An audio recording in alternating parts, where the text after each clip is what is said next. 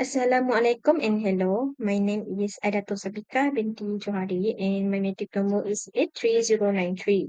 Today, our group I will present for empirical research for the impact of foreign direct investment (FDI) on employment in India. For our group name is ChocoLatte and I will pass to next presenter. These are our group member, me myself Hanani. Next is Muhammad Iqmal, Aidatul, Nur Farahin, and also Calvin Sabat.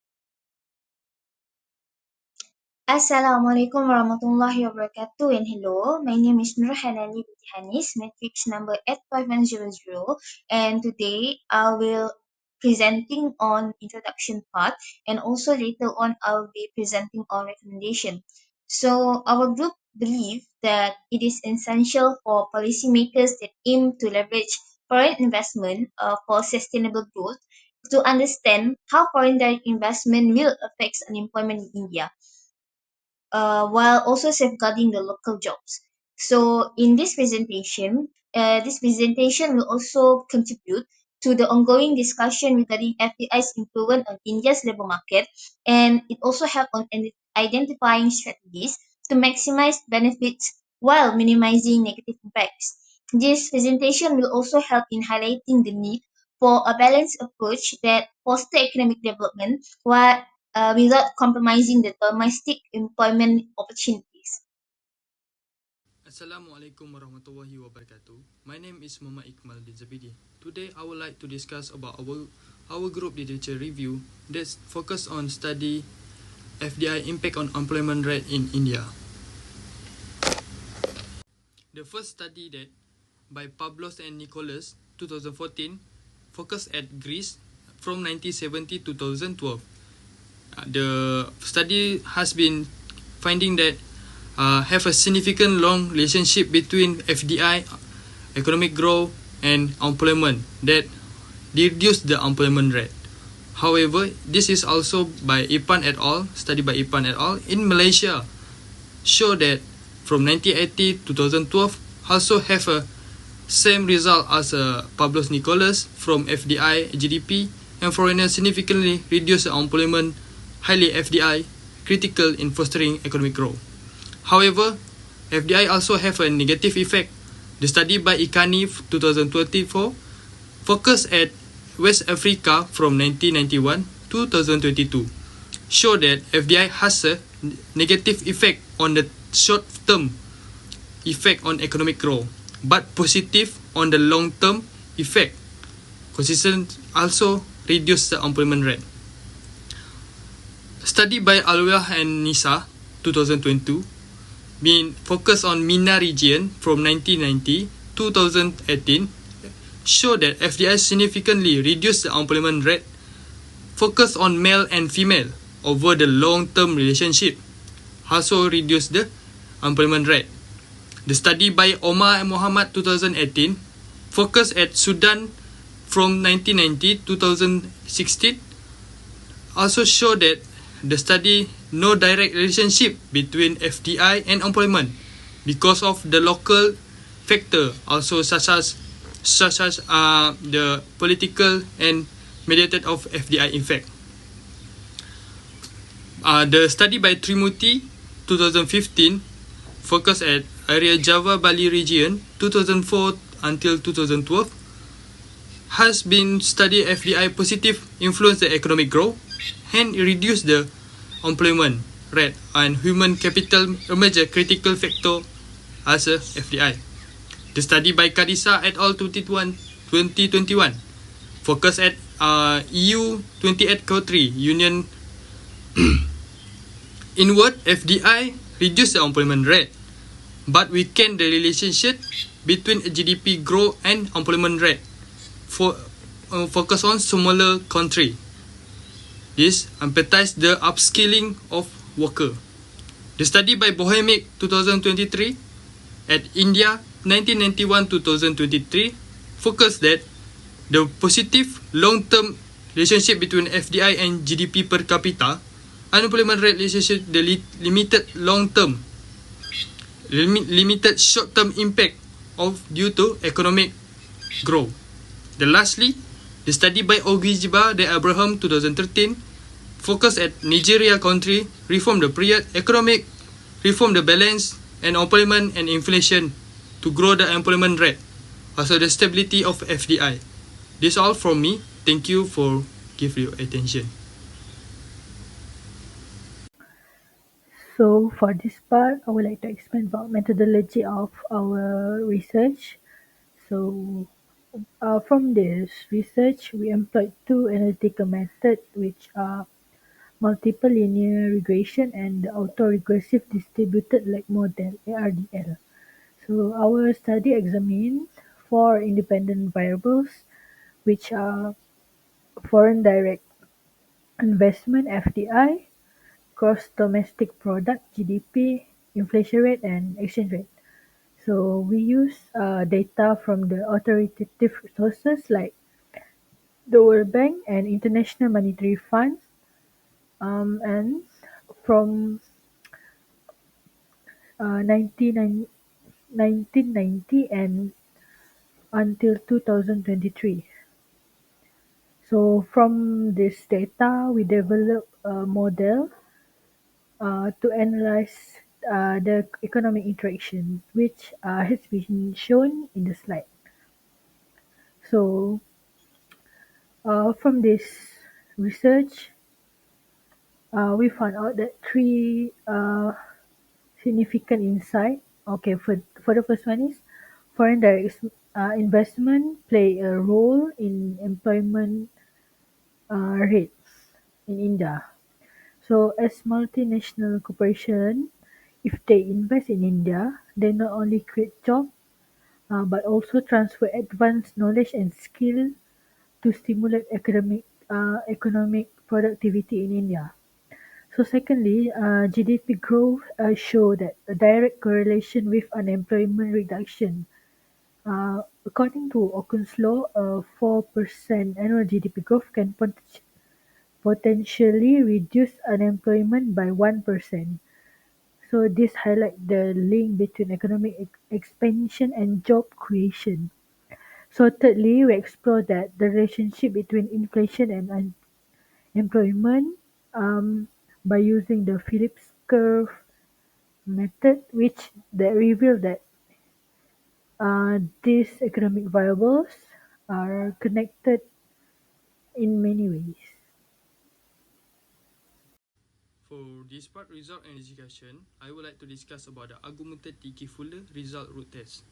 We can see that GDP at the level is non-stationary, but after the first differences is become stationary with a significant value negative 5.75, negative 5.717 and negative 5.624.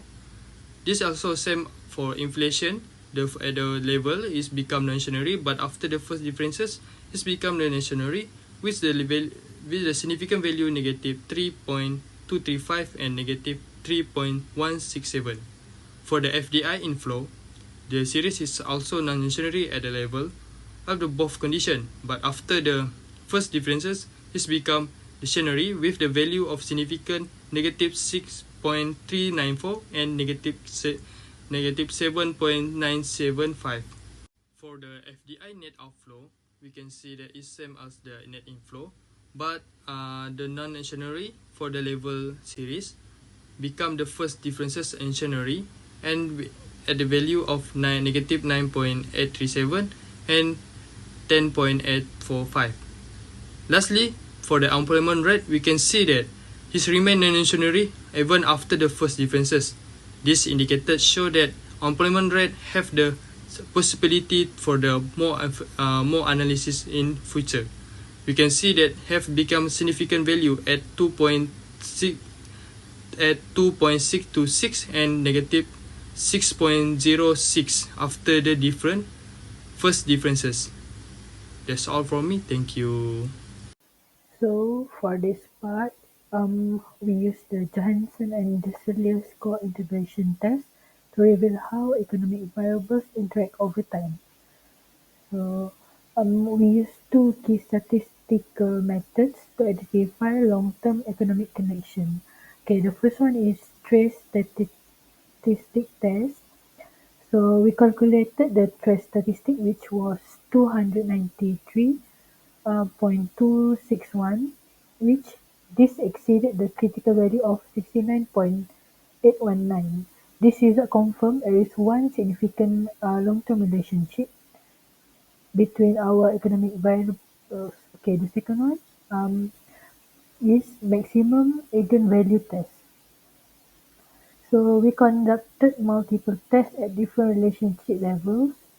So at the primary level, which r equal to 0, we found a lambda max of 145.383, uh, which this was shown significantly exceeded the critical value of 33.877, and these results confirm multiple co-integration vectors. So from this, we analyzed four key economic indicators for this research, which is foreign direct investment, gross domestic product, inflation rate, and unemployment rate. So our statistical analysis revealed that FDI has a significant and lasting effect on unemployment. So the second is both FDI inflows and outflows demonstrate a substantial economic impact, and the relationship between these economic variables are interconnected deeply.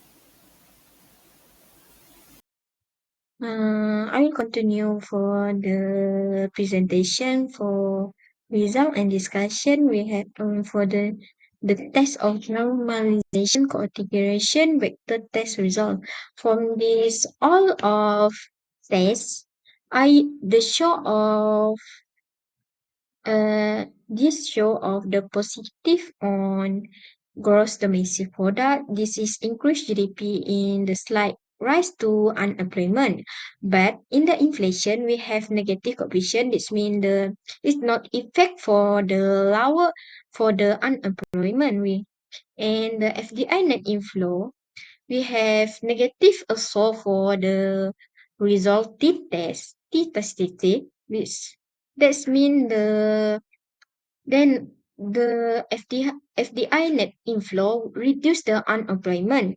For the FDI net outflow, uh, we have positive T statistic. This is FDI outflow can make the rise on unemployment that is strongly significant for this test for FDI net outflow. I will continue for the presentation and I will briefly explain for the ACM for employment rate test. For the ACM employment rate test, this MCM results show the FDI inflow have a positive effect on employment rate in the short term, while FDI outflow has worsened unemployment positively and significant reflect potential instability, indicating that the adjustment process may overshot in response to deviation for the variable. In in conclusion, the short-term effect of GDP and inflation on the employment rate are weak and is showing significant. And for this ECM test result, we have suggesting the structural reform may be need to increase the efficiency in reduce unemployment rate in India. That's all for me. Thank you. Hello, my name is Calvin Saban and my matrix number is 83421. So I would like to explain on the short run and long run for Pringle casualty analysis. So for the first ones, the employment as you can see from the result. So from the GDP changes is significantly predict employment, and then for the GDP, for the employment, inflation, and FDI net inflows is significantly affected GDP in from the 5% level, and then for the inflation and the employment and FDI net outflows also significantly impact the inflation. And for the both FDI, which is the net inflows, there are no short-term impact from other variables.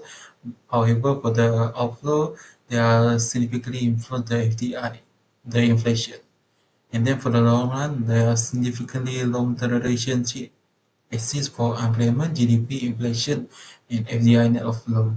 However, there are no long-term relationship for FDI net inflow.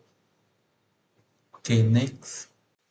Okay, now I would like to talk on the impulse response result. So I would like to simplify all the things that we include in this slide. So first of all is the response of unemployment to the LUR. So unemployment grow positively in response to its own shock, showing persistent and prolonged impacts over time. And then for employment to GDP, initially unemployment decreased due to GDP growth, but this effect based on employment usually rise indicate structural issues in the economy and limited long-term impact of GDP growth on job creation. For the employment to inflation, the employment increased steadily with inflation reflecting post inflation effects where higher prices reduce labor demand. And the response of employment to FDI net inflow is the employment slightly decreased in response to FDI net inflow, suggesting that inward FDI can help create job, but its overall effectiveness remains uncertainty. Okay, next. Okay, for the last one in the result in discussion is the variance decomposition result. So we will spend only a few, like for example, on the variation in unemployment rate.